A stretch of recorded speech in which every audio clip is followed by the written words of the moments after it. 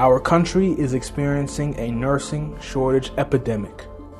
By 2030, the country will need more than 250,000 nurses to support our medical system. Just 2 years ago, nursing schools turned away more than 91,000 qualified applicants because there wasn't enough faculty, educational spaces, or resources to host them. This issue is resonating throughout the medical community. Where will our future nurses come from? How will they find their way? In these unprecedented times, many nurses will arrive in unconventional and unpredictable ways. Perhaps in the future, these stories will become the norm, while some may find their way into healthcare the traditional way. Others take different routes. Well, I've always known I wanted to be a nurse. Megan Adams' challenging journey to a nursing career began directly after high school. Attending a 2 or 4 year school is typical for many seeking a nursing degree. Megan says that's not always the way to go. I was not successful with my first round of nursing school.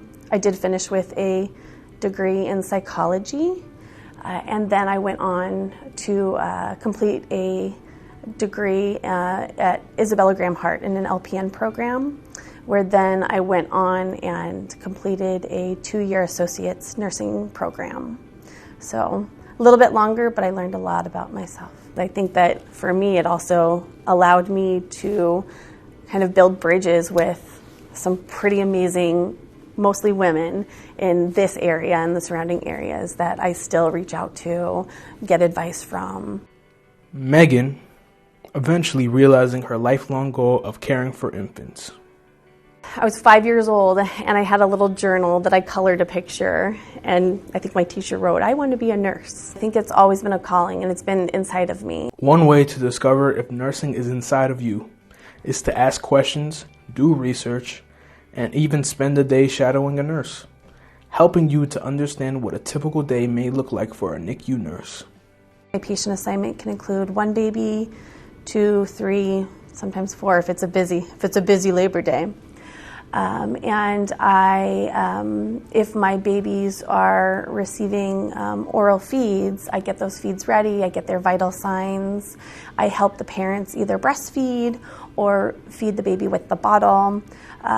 If I have a baby who's on respiratory support, I'm responsible for monitoring them on at least an hourly basis. And then providing developmental care and education for the families of these babies. Megan's day is full of monitoring vitals, babies, and collaborating with other nurses and staff, and the connection with mom and dad. I take a holistic approach, which is how I was taught nursing. So it's not just the baby, it's the whole family, it's the interaction I have with the parents, it's the bond that I form with that baby, and it's the bond that I form with the parents that are learning how to care for this baby. So it's everything. While Megan nurtures the bond between parents and the newest part of their family, it's clear they, too, are leaving their mark on her. I think every experience you have, it makes an imprint on you, and you take a little piece of that away with you. Whether it's good or bad, you learn a lot about yourself as a person, and then myself as a nurse too. So I think my patients have really left a lot with me. Jessie Nordiega, a post-anesthesia care unit PACU nurse, could be the first person you see after a surgical procedure at Rochester General Hospital. Her job is to help you through those hours after being under anesthesia. Because I feel like some patients, when they wake up out of anesthesia, they're already scared. I mean, some of them are like in anesthesia for 3-4 hours, so when they wake up, they don't really know what just happened. They're very confused. So me just reassuring them that everything is okay, surgery is done, they feel more comfortable and relaxed. Jessie's path to nursing began at East High School in Rochester, New York. There, she participated in the School to Work program. She spent the next 20 years perfecting her profession. I got my bachelor's in nursing, passed my boards on November 2008, and I've been a nurse ever since. I worked in a respiratory unit, was 5400. I was there for 17 years and then decided to move down here 3 years ago. And I've been here all this time. Her position is much more than waking patients safely from anesthesia. Her bilingual skills allow her to put their Spanish-speaking patients at ease. So I go and I try to talk to them in Spanish, try to calm them down. They're very nervous. They don't know what just happened. They feel weird after anesthesia. So I just make them feel secured, and I'll let them know, like, I'm here, you need anything. Part of being a PACU nurse is collaborating with a team of medical providers. Teamwork. There's a lot of teamwork here. We work closely with our anesthesiologists and also our surgeons. Nurses at hospitals like Rochester General across the country work in shifts to provide round-the-clock coverage. Additionally, they may be on call or available to work on their day off when they're not on duty. PACU nurses work in fast-paced and highly productive environments. Jessie learned to manage the stress. There's really not much I don't like about my job. I like it. We have flexible hours. We get to meet great people. Maybe more bad diagnosis on patients, maybe when they're saying, the mass we found is cancerous or things like that. Jessie's studies include 5 years of post-secondary education and 20 years of patient care. Because of professionals like Jessie and so many others like her, thousands of lives have been positively impacted. I think every day we make a difference on patients. Patients are going through a rough time, they're in pain, and we're there just to give a hand. Even holding a hand will always make a difference to patients. Being there to hear them out, try to calm their fears after anesthesia and things like that. Meet Constance Ely. I love it. I love it. This is where I'm supposed to be. I love nursing. The last 15 years of her life has been dedicated to nursing. She has a set routine every day. So I'll come in, I'll get my report from the overnight nurse, and then I will go in and take a look at all of my patients to make sure that they're all good. Then I'll prepare myself to take a look and see what I need to do. I prioritize my patients by the acuity of the patient.